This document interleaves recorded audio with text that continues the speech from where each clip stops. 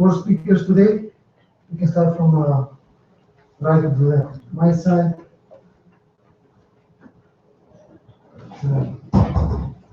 Aleš Tjernović, Tibor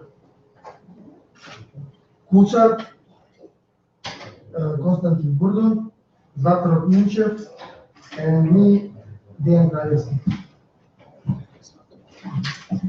For me, I come from private sector, I'm a founder of System, and we provide data recovery and forensic services in Macedonia here. Here we go.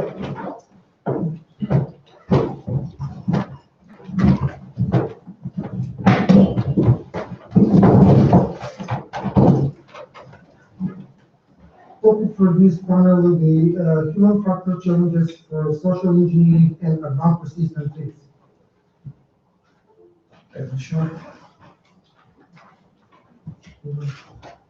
Aleš Tjernović is working for a private health company, XLab, located in Ljubljana, Slovenia, as a researcher and project manager. In the last couple of years, he has been involved in a plethora of new projects related to cloud computing and cybersecurity.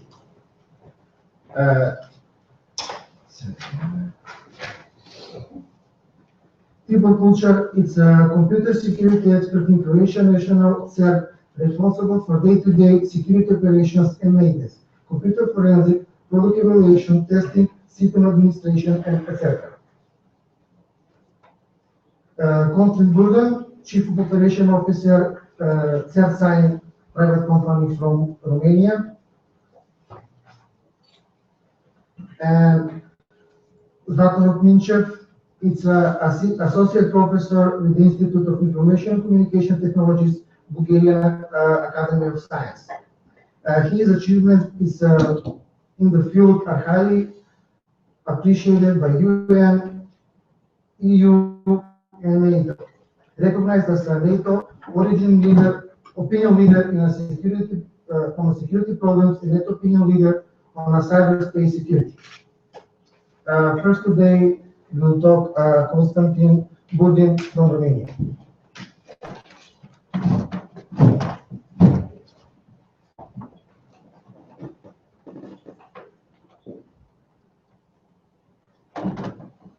Hello, my name is Burdun. I'm at CERT, which is... Do I have the microphone, please? Sorry.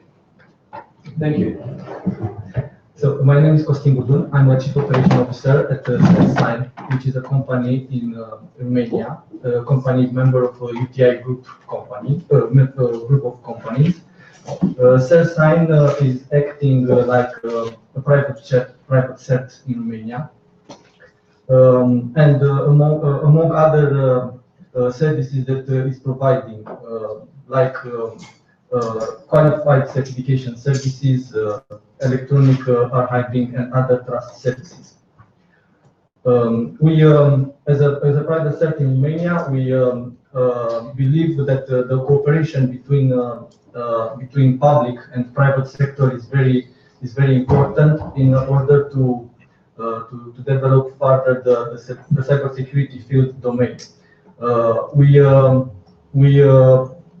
developed projects in Romania together with the national CERT, Romanian CERT role, in the field of improving the awareness of security at the national level, and we think that this is the most important aspect in Romania, and as far as I saw in this today conference in the region also.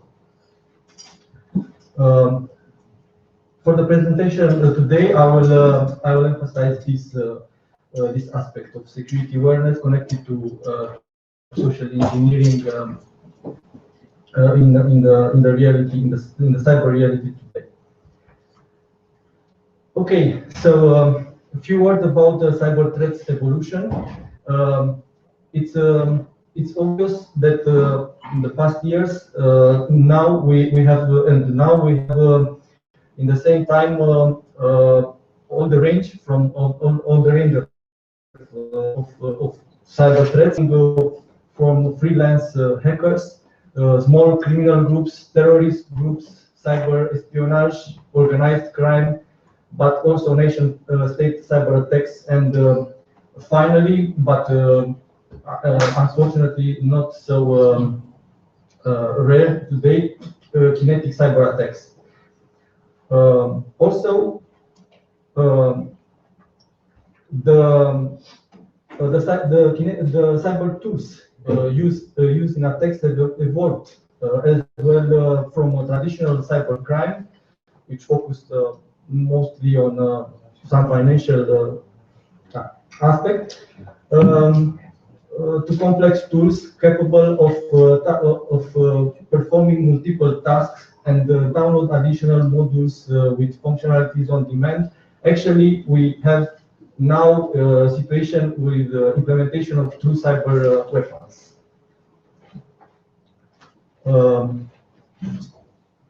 In parallel with this evolution of these cyber tools, we have evolution of cyber criminal groups. We have not only unsophisticated, less skilled actors, but already for some kind and for implementing that cyber weapons, we have already sophisticated specialists on this with functionalities on this field. So we need in this context, in today's context, we have both external threats but also internal threats, and these both aspects should be addressed. It's very important to be aware of a change of the IT security paradigm today, and here we present just two opinion on this from US NSA Cyber Defense Director. We have to build our system on the assumption that the adversaries will get in. And another opinion is from KPMG Cybersecurity Center. It is no longer a question whether your organization will be breached, but when.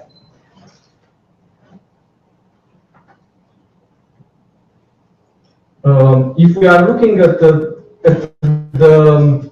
principal stages of an attack, so it's intelligence gathering, the first stage, then infecting the target, then system exploitation, internal reconnaissance, and then data exfiltration. So these are the principal elements. The main important, in our opinion, is the first and the second phase, and these are involving the weakest elements in an organization. And here, the human aspect, it's relevant because the human can be the weakest element in this area. And social engineering is the way, the tool actually in which these first two stages are can be successful in order to go to the other stages. We think that is relevant in this picture called the kill chain that is presented by Mr. Eric Hutching, and that element, the stages of the kill chain are very important. And as I told you, the part of security of social engineering is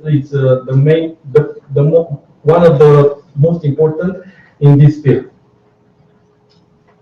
Also, there is a defense chain to respond to this kill chain, which should be implemented in an organization.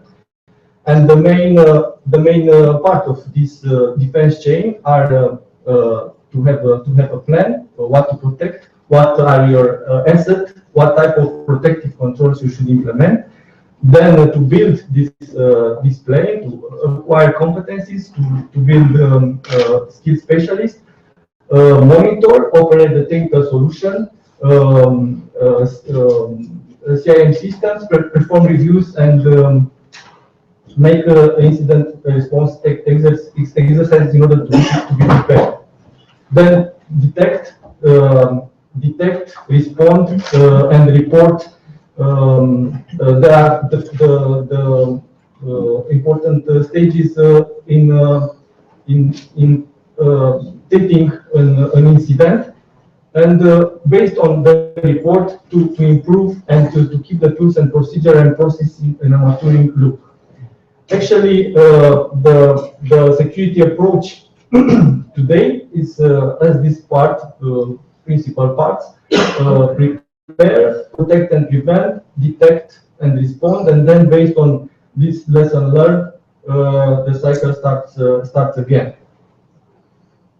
And this applies to processes, to technologies, and to humans. So, based on this introductory aspects for what the role of social engineering and the human aspect in the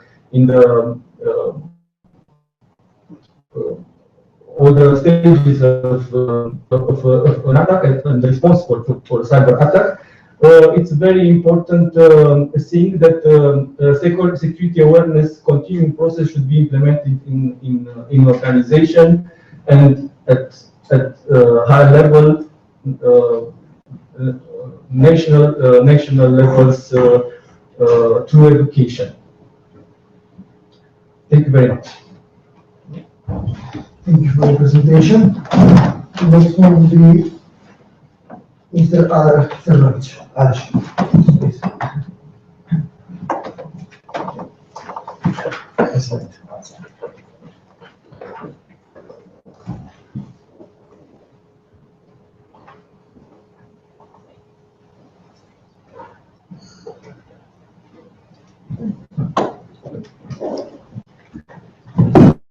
Thank you very much.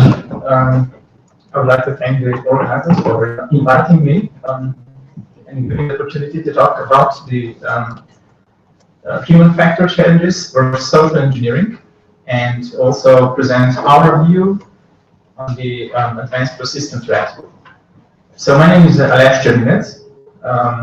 Yeah, the pronunciation is a bit hard. And I'm from a company called Excellent from Slovenia.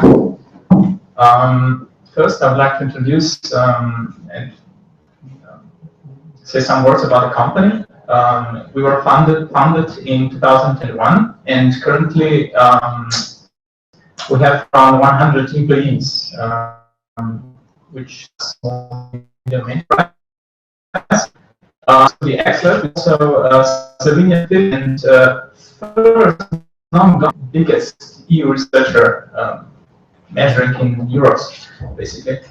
And our research and development team is focused on basically product delivery. So we enhance our existing products with what we gain, what we basically develop within research and development projects, and we build on that. We also have long-term cooperation with University of Ljubljana and Jožef Stefan Institute, which is one of the largest institutes, research-oriented. And our mentality is basically use open source whenever and wherever possible. Nowadays, a lot of startups also emerged from the company. Basically, we're supporting currently, I think we're at 6 startups, and we also apply our strategies there and try to support those. So our main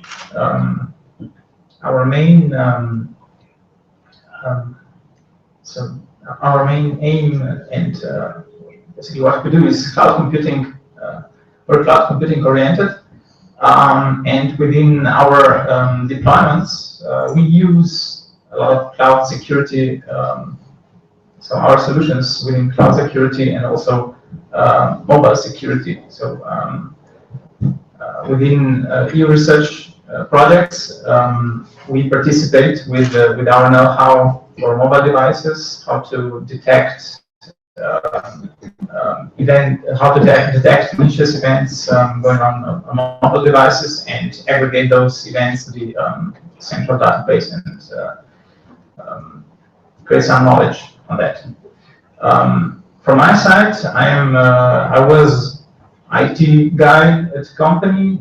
Now I'm leading some activities within two new projects. That's Advanced Cyber Defense Center, ACDC, and also a project called Wisdom, which stands for empowering private and security enhancement within cloud computing platforms. So my talk will consist of a few words about social engineering. So I'll try to build on what Mr. Burton has already said, and then I'll transit to the advanced persistent threats and talk about some signatures, what kind of leads the attacks can leave behind, and also I'll talk about mitigation tactics that we also use on our premises. How to be more secure and how to prevent data leakage, for instance. So the social engineering, I'm sure that you've already heard about Kevin Mitnick and the fact that he was the guy in years ago who applied some really interesting lever of social engineering. So that is tendency of liking. For instance, when he made a call over the telephone to some person working at a company he wished to gain access to, basically he used his social skill of the guy. So he used this. So the guy on the other side basically talked with him and revealed unintentionally some details about his system, their system, and Kevin used that for attack the company, for instance. So basically, social engineering is psychological manipulation of people, and meaning that deliberate application can be made upon that manipulation. So this manipulation so the people tend to perform actions unintentionally to reveal this confidential information when these kind of techniques are applied to the people. And usually this is first step into a complex fraud scheme. Last week, Raj Samani from McAfee gave an interesting talk about social engineering levers, and he mentioned these 6 compliance tendencies that are usually used within social engineering. And we've already heard about one, it's liking. And there are 5 others, which is authority, reciprocation, consistency, social validation, and scarcity. So for instance, the authority is, the lever of authority is used when attacker takes or stands as larger authority than the attackee is, and he uses some reference like is the bank is contacting the user, and the user of that bank gets scared, and of course reveals some information, security information, unintentionally. Similar is with liking, we've already heard about that. And for instance, reciprocation is what it's usually used on, for instance, social networks. People tend to do the same thing to other person who does something. For instance, if I like a person on Twitter, I want that person also likes me back. So people tend to do that.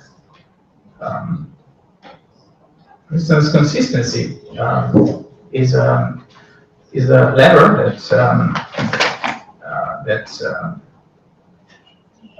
so when the target had promised to do something, they usually stick to that promise. And for example, if a hacker poses as IT security that employee who agreed to reveal some information will reveal that information constantly, and whenever he's asked to perform some suspicious task, we'll do that.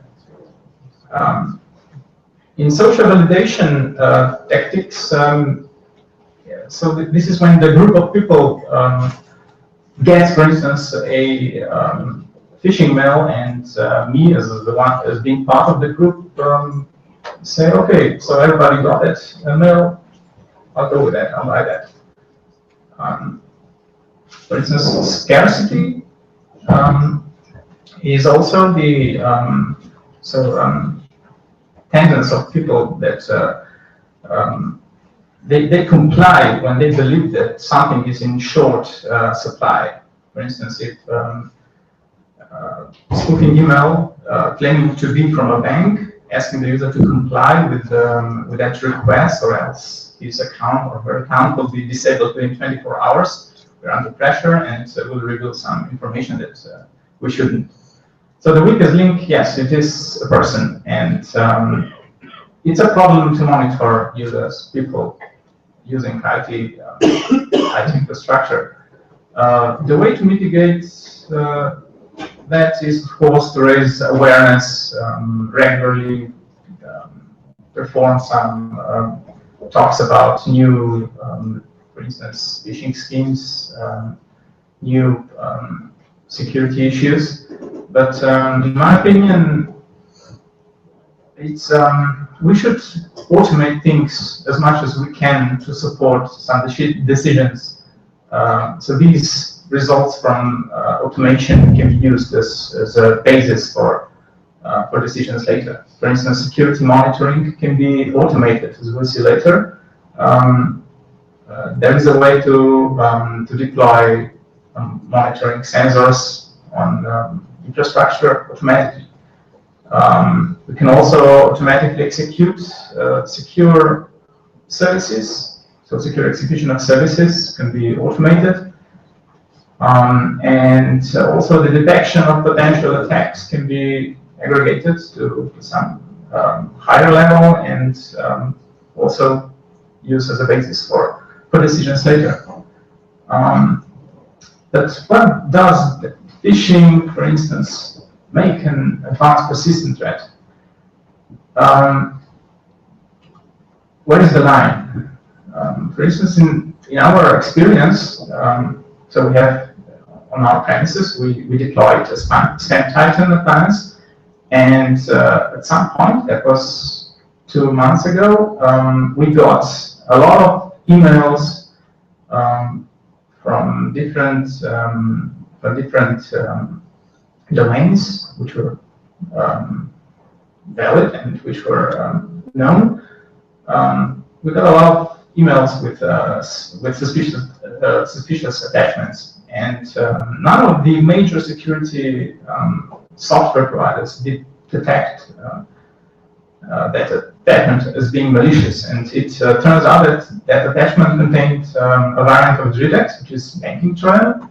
And as soon as we did some reverse engineering, and it's quite easy to do that. You just send an attachment to some online service doing that can do the reverse engineering part, and you could easily see the parts where these malicious executables were located. You could see how the malware was deployed, and after executed. And basically just a few hours after the first mails we got, we informed our employees about this and really talk with the one that use Windows. So the Judex Trojan use some zero-day exploit of Windows. So it contained macros which executed the executables in with administrative privileges.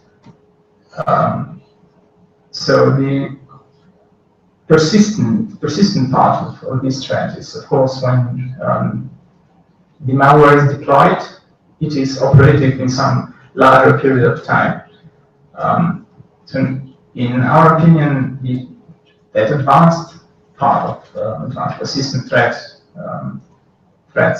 basically are there are three keys of that. So three parts of this.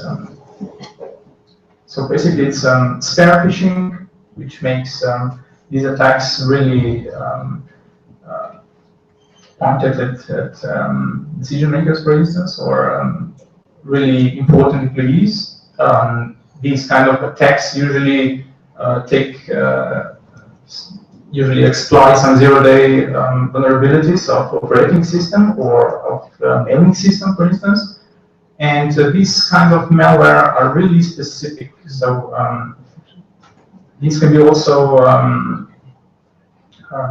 administrative tools, for instance, that enable attackers to connect to that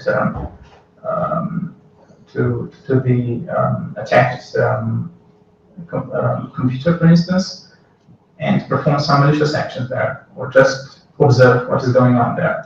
So the advanced persistent threat basically is a network attack in which an authorized person gains access to a network and stays there undetected for a longer period of time. And it turns out that the purpose of these kind of attacks isn't to cause damage in that initial state, but it is used to steal data. So to listen to stay under the radar, and after all, do some malicious. So to steal that data and use that against to gain something.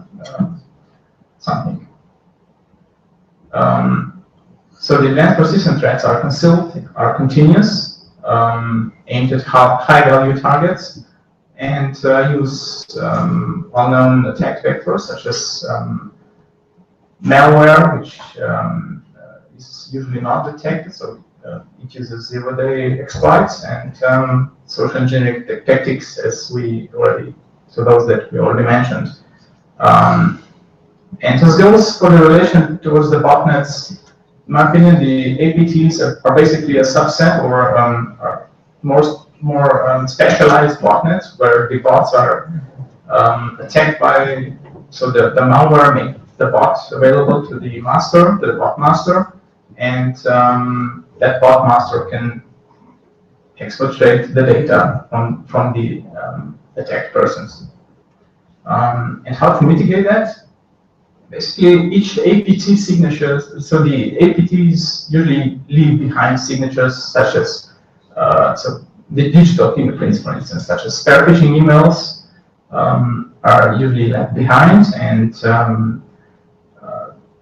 the mails are sent from the known IP addresses and known email addresses that can be blacklisted. Those emails contain patterns, contain files, specific names, SHA hashes, timestamps that can be used to detect this kind of threats. So the malware contains customs functions and also well-known encrypted algorithms that can be also detected using reverse engineering mechanisms. I'm sure that you've already heard for the Mandiant's report on APT1 Chinese group. So these kind of groups also use similar intrusion methodology and also common well-known tools, such as password dump on the Windows platform, also the HTRAN. So the password dump basically just lists the hashes of the password from the Windows platform. HTRAN is it also uses excuse me, the HTRAN is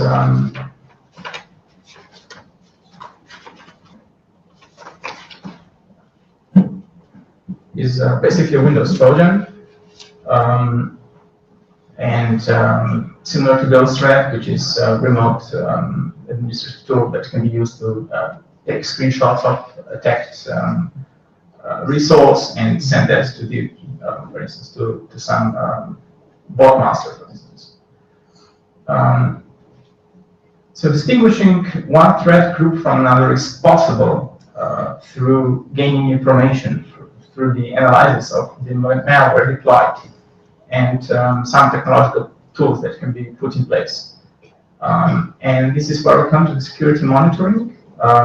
We can automate that, as I said. We can normalize and correlate this kind of, so the that data obtained from the logs. We can trigger alarms that can be used with IT personnel to take additional steps.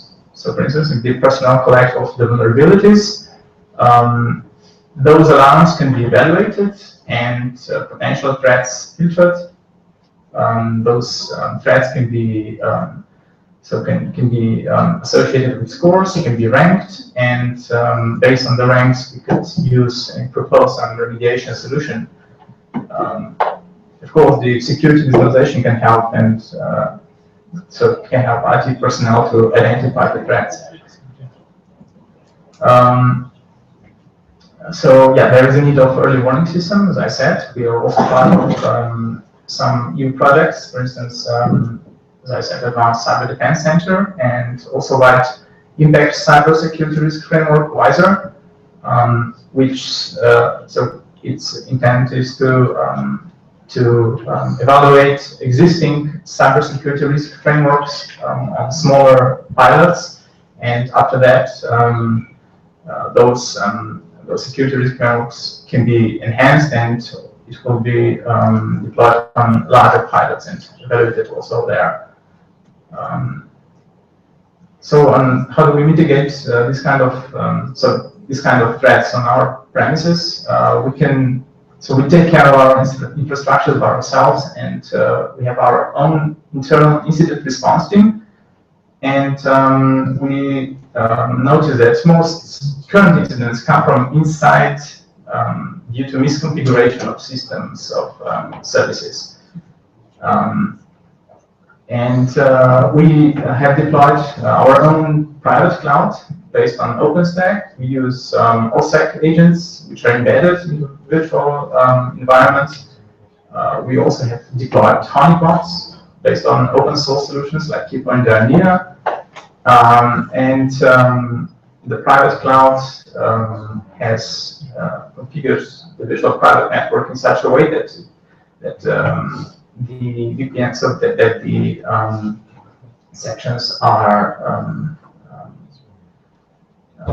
isolated among each other. And that would be all from my side. Thank you. Thank you for your presentation. Now it's Tibor. Please, you can start.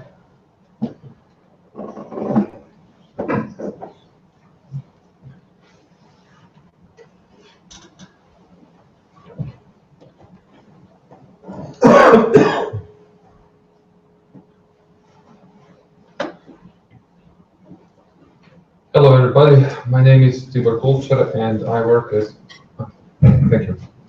My name is Tibor Golčar and I work as a computer security expert at the Croatian National CERT. And I will also do a short talk about APTs, and I look more from the side of the technical point of view. So just in brief about us, we've been established in 2008. Our main mission is to promote security of information space in public IT systems in Croatia.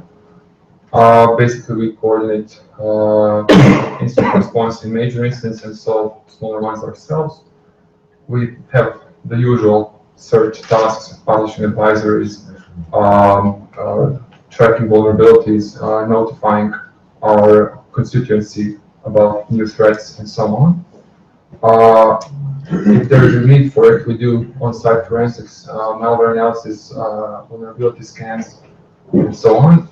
For the last 3 years, we have been involved in the EU ACC project. We developed custom components for detecting fast flux domains, spam campaigns, and so on. And you can visit us at search.hr and antibot.hr. Moving on to the topic, just a brief definition of social engineering. So the point is that the adversary or the attacker is trying to trick the victim into performing some sort of actions in which he either discloses information or gives unauthorized access to the attacker. And the point is that the attackers have the advantage because it's enough for them to trick only one employee in a company or institution. That's all it takes. After that, they can move horizontally through the structure of the company. And technical measures are not enough themselves. It's one of the paradigms in the last few years because you cannot prevent uneducated user on clicking something. Sooner or later, somebody will find a way to send him an email, give him a USB stick, whatever, and the guy will click something. So it is important to make the users aware of the threats. You can do it by custom security training, which is expensive. You can give them out leaflets, brochures, do posters on the walls of the office. You can should inform them about the policies in the company because people tend to mix private and company-based work. For instance, using their social networking sites, Facebook, Twitter, whatever, inside the company premises. And that gives the attacker a much larger footprint or attack surface, which the user is using, or users in the company. Because if they're accessing the Facebook from their company laptop, you have to make sure that they do not download anything from the Facebook. And all the traffic is encrypted via HTTPS. So they have to be aware that at some point in time you might, if there is an incident, come to their laptop, take it away, and perform the forensics. And usually their first response is, but I have private pictures in the laptop. It's a the laptop. You have to be aware of that. Also, you can perform periodic checks, audits, password hash cracking, and so on. And it's also important to make the users aware that their waste, printed documents, files on USB sticks which are left over, are valuable to the attacker. I think somebody was also mentioning dumpster diving as a concept. This is one of the brochures that we have published. I just put it here because of the nice like button. You are, I guess, aware of clickjacking attacks on Facebook and other sites in which the user unwittingly presses a button which he was not aware of. And again, the problem is that they are using social networking inside the company. Moving on to the advanced resistance threats. So this is a definition from the American National Institute for Standards and Technologies, in which it is outlined that the APT is actually an adversary. It's a who, not what. So some companies, when they try to sell you some solutions, they claim that their box will stop APTs. It won't. It can stop one sample of malware. It can detect it, notify you. But it will not stop an APT because it's a who, it's an attacker, and they're persistent. If they fail in one attempt, they will try again until they get you. How do they do it? So this is a nice diagram of the life cycle of an APT. It compares normal malware commodity threats, to APTs and to activist attacks. Basically, the APT, which is outlined in purple, has the full circle steps, which differ mostly in research of the target and their employees. We'll come to that later. Also, testing for detection, deployment, etc. But also one of the differences is that once it is inside, it will extend. It will infect other machines.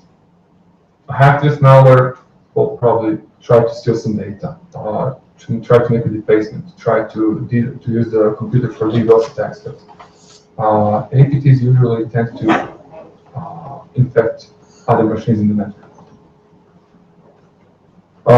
Nice high-level overview in which we can see the threat agent after collecting intelligence, whether it's through publicly available in the website of the company, social media, LinkedIn profiles of employees in which they have other colleagues linked, etc. They perform usually a spam campaign, or in the last few years, attacks through watering call websites. So a watering call is taken from the biology or animal terminology in which animals come to a watering call. It's a term for a website which the targeted audience, IT security experts, financial managers, frequently visit. It can be a newspaper, some sort of an online magazine related to economics, stock broker, stuff like that. Because they are usually not protected enough. You have a publishing house, you have a website. If you can impact on